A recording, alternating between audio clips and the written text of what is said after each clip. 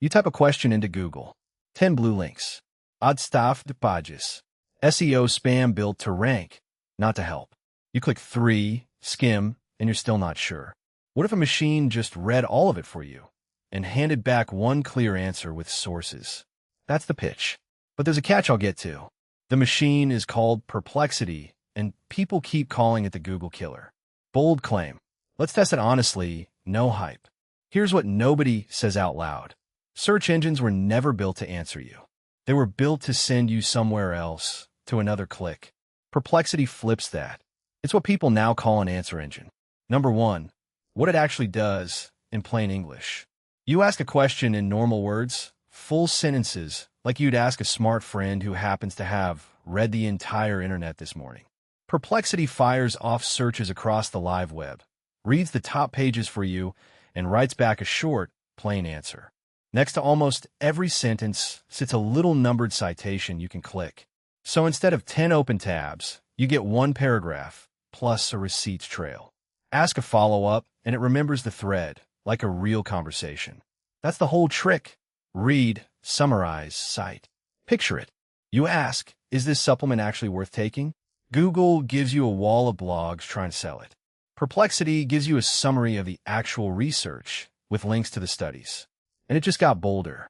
Perplexity recently shipped a feature called Personal Computer, a mode that turns a Windows PC into an AI agent that can click around and do tasks, not just answer.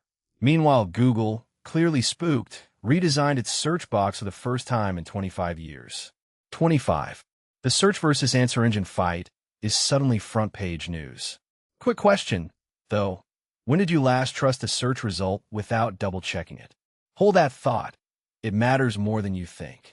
Number 2, who this is really for, and who should just skip it.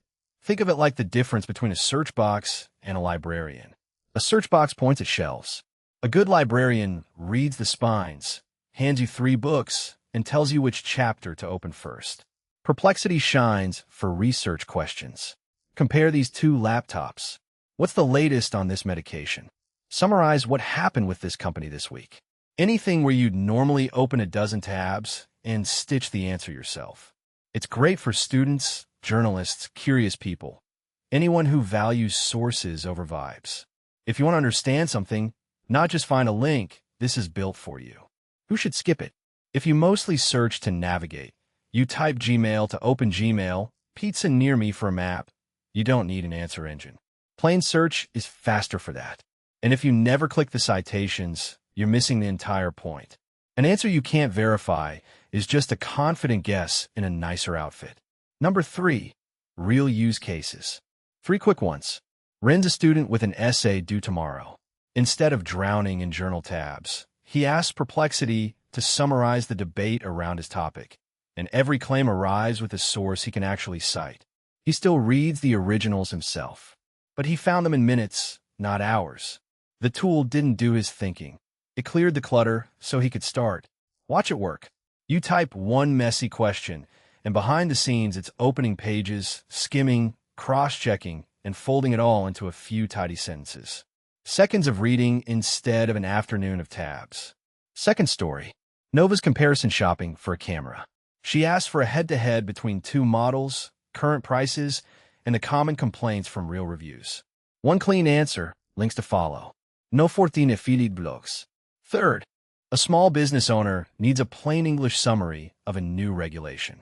She asks, gets the gist plus the official source, and clicks through to confirm the exact part that affects her shop. Notice the pattern in all 3? It's a starting line, not a finish line. A faster on-ramp to the real sources, not a replacement for reading them. Quick pause. If this is already useful, the link to try Perplexity's free tier is in the description. Go poke at it while you watch. Now, the money question everybody actually clicked for. Number 4, pricing. Free versus paid. Here's the honest version. As of July 2026, Perplexity has a free tier that covers everyday questions for most people, most of the time. There's a paid subscription, often called Pro, that unlocks more of the powerful models, more searches, and heavier features. It sits in that familiar around $20 a month range premium AI tools tend to live in. One honest note on money. free doesn't mean unlimited. Free tiers usually cap how many advanced searches you get per day. Hit the cap, and you either wait or you pay. But, and I mean this, pricing changes fast. Tiers get renamed. Limits shift. Features hop between plans almost monthly. So do not take my number as gospel. Check their official site for today's real pricing. Links in the description. My job is the shape of it, not pretending I know the exact figure this particular week. Here's the practical move. Start free. Use it hard for a week. Only pay if you actually hit the limits and genuinely miss them. Here's the twist, though. The free version is good enough that a lot of people never upgrade at all. And that quietly tells you something about how much of this you actually need. Number 5. What nobody tells you. The honest pros and cons. Remember that catch I promised you in the first 10 seconds? Here it is finally. This is the part that matters most. Perplexity cites its sources, which feels trustworthy. But citations are not the same as being right. Sometimes it pulls from a weak page. Sometimes it summarizes a good source slightly wrong. And sometimes, this is the big one, it still hallucinates.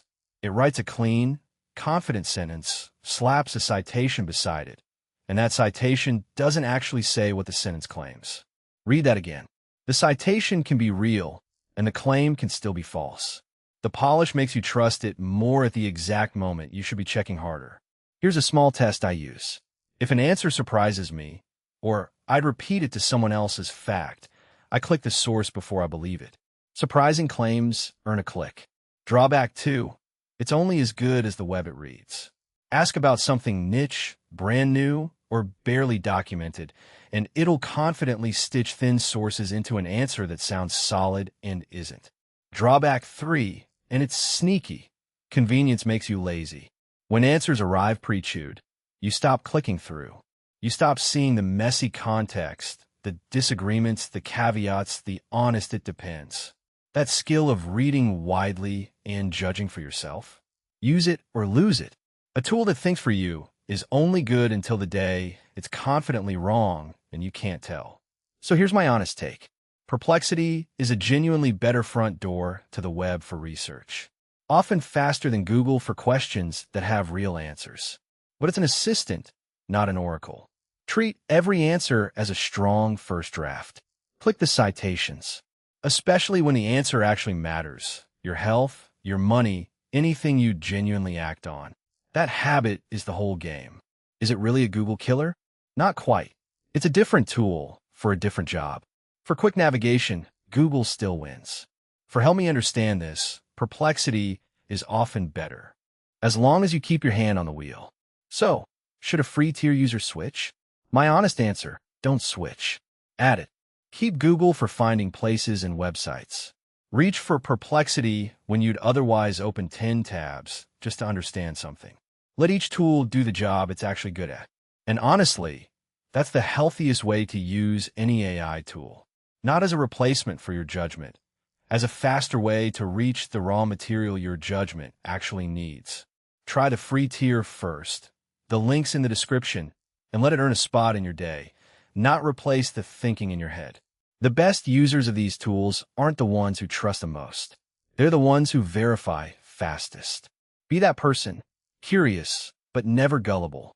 If this helped you think a little clearer about AI, you know what to do. I'll see you next Tuesday.